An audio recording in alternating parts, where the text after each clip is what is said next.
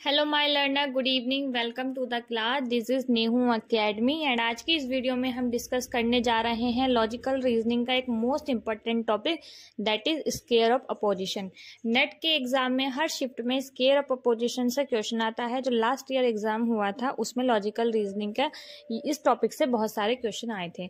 तो आइए डिस्कस करते हैं इस टॉपिक के बारे में। स्क्वायर ऑफ अपोजिशन में हमें चार चीजें पढ़नी होती हैं। एक है कॉन्ट्राडिक्टरी। कॉन्ट्राडिक्टरी के बारे में हमें पढ़ना होता है कि कॉन्ट्राडिक्टरी में कौन कौन सी कैटेगोरिकल प्रपोजिशन के बीच रिलेशन होता है और क्या इसके रूल्स होते हैं। दूसरा हमें पढ़ना है कॉन्ट्रैरी, कि कॉन्ट्रैरी में कौन कौन सी कैटेगोरिकल प्रपोजिशन के बीच रिलेशनशिप होता है और कॉन्ट्रैरी में क्या क्या रूल लगते हैं। थर्ड हमें पढ़ना है सब कॉन्ट्रैरी कि सब कॉन्ट्रैरी में कौन कौन सी ऐसी कैटेगोरिकल प्रपोजिशन है जिसके बीच रिलेशनशिप होता है। एंड फोर्थ पढ़ना है सब अल्टर्न। तो एग्जाम में इसके रूल से भी क्वेश्चन आते हैं और इसके प्रैक्टिकल क्वेश्चन भी आते हैं। तो आइए वन बाय वन करके सबको डिस्कस करते हैं। सबसे पहले पढ़ते हैं कॉन्ट्राडिक्टरी के बारे में। कॉन्ट्राडिक्टरी, देखो सबसे पहले कॉन्ट्राडिक्टरी में हमें पता होना चाहिए रिलेशन किस किस के बीच होता है।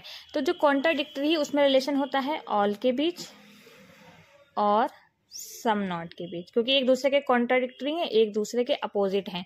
तो ऑल और सम नॉट का रिलेशन होता है।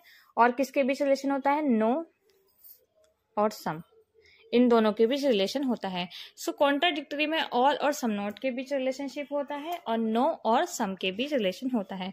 ऑल को बोला जाता है ए और सम नॉट को बोला जाता है ओ, नो को बोला जाता है ई और सम को बोला जाता है आई। तो कॉन्ट्राडिक्टरी में ऑल और सम नॉट के बीच रिलेशनशिप होता है और नो और सम के बीच रिलेशनशिप होता है। कॉन्ट्राडिक्टरी मतलब एक दूसरे के अपोजिट। तो ये चारों एक दूसरे के क्या होते हैं? अपोजिट होते हैं।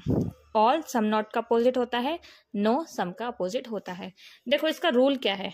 रूल नंबर 1, रूल 1 कहता है both can not be true और फॉल्स टुगेदर। रूल कहता है कि दोनों ना तो एक साथ ट्रू हो सकते हैं और ना ही एक साथ फॉल्स हो सकते हैं। जैसे कि अगर ऑल ट्रू है तो जो सम नॉट है वो 100% फॉल्स होगा, कोई डाउट नहीं है। ठीक है, अगर ऑल ट्रू है तो फॉल्स 100%, जो सम नॉट है वो 100% फॉल्स होगा। और अगर ऑल फॉल्स है तो जो सम नॉट है वो 100% ट्रू होगा। इट मीन्स दोनों ना तो एक साथ ट्रू हो सकते हैं और दोनों ना तो एक साथ फॉल्स हो सकते हैं। इसी तरीके से अगर नो ट्रू है तो सम 100% फॉल्स होगा और अगर नो फॉल्स है तो सम 100% ट्रू होगा।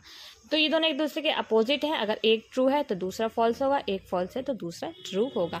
दोनों ना तो एक साथ ट्रू होंगे और ना ही एक साथ फॉल्स होंगे। तो रूल 2 क्या कहता है? इफ वन इज ट्रू, अगर एक ट्रू है then other will be false definitely. ठीक है, रूल कहता है अगर एक ट्रू है तो दूसरा फॉल्स होगा 100%, कोई डाउट नहीं है, ये हमेशा फॉल्स होगा। रूल 3 क्या कहता है?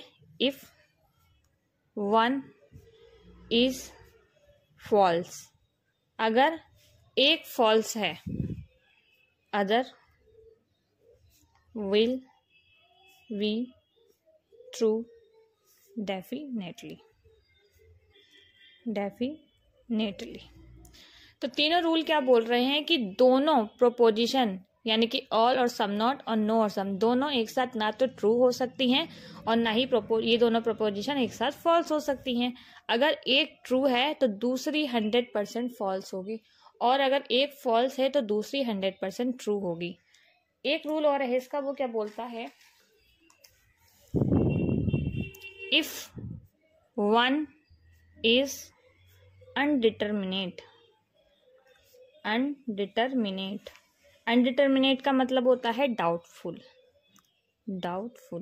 अगर एक डाउटफुल है, मतलब हमें ऑल के बारे में नहीं पता है कि ऑल ट्रू है या फॉल्स है, तो ऑल क्या है, डाउटफुल है। इफ वन इज अनडिटर्मिनेट, एक अनडिटर्मिनेट है, then other will B indeterminate 100%।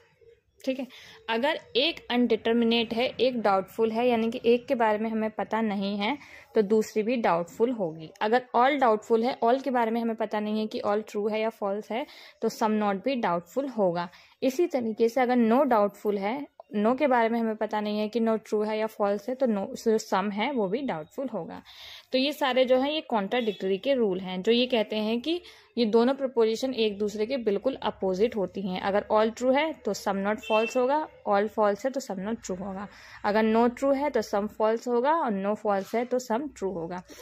ठीक है, दोनों एक साथ ना तो ट्रू होंगे ना ही एक साथ फॉल्स होंगे। और अगर एक अनडिटर्मिनेट है तो दूसरा भी अनडिटर्मिनेट होगा। ये सारे रूल किसके हैं, कॉन्ट्राडिक्टरी के हैं। अब एक चीज और इसमें हमें पढ़नी है, क्वालिटी एंड क्वांटिटी, कि ये जो प्रपोजिशन है ऑल, सम नॉट, नो और सम, इनकी क्वालिटी और क्वांटिटी सेम है या डिफरेंट है। देखो जो ऑल है, ऑल क्या होता है, ऑल की क्वांटिटी क्या है, ऑल है यूनिवर्सल, और सम नॉट क्या है, पर्टिकुलर। तो दोनों की क्वांटिटी डिफरेंट है। इसी तरीके से नो क्या है, नो तो यूनिवर्सल है, और सम क्या है, सम पर्टिकुलर है।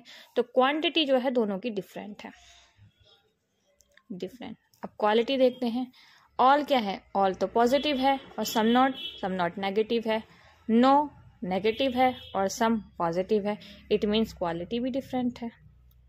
तो कॉन्ट्राडिक्टरी में क्वांटिटी और क्वालिटी दोनों की डिफरेंट होती है। ठीक है, आई होप आपको कॉन्ट्राडिक्टरी के सारे रूल समझ में आ गए होंगे। नेक्स्ट वीडियो में हम डिस्कस करेंगे कॉन्ट्रैरी के रूल, सब कॉन्ट्रैरी के रूल एंड सबअल्टर्न के रूल। अगर आपको मेरी वीडियोस पसंद आती हैं तो मेरे चैनल को लाइक करें एंड सब्सक्राइब करें। Thank you.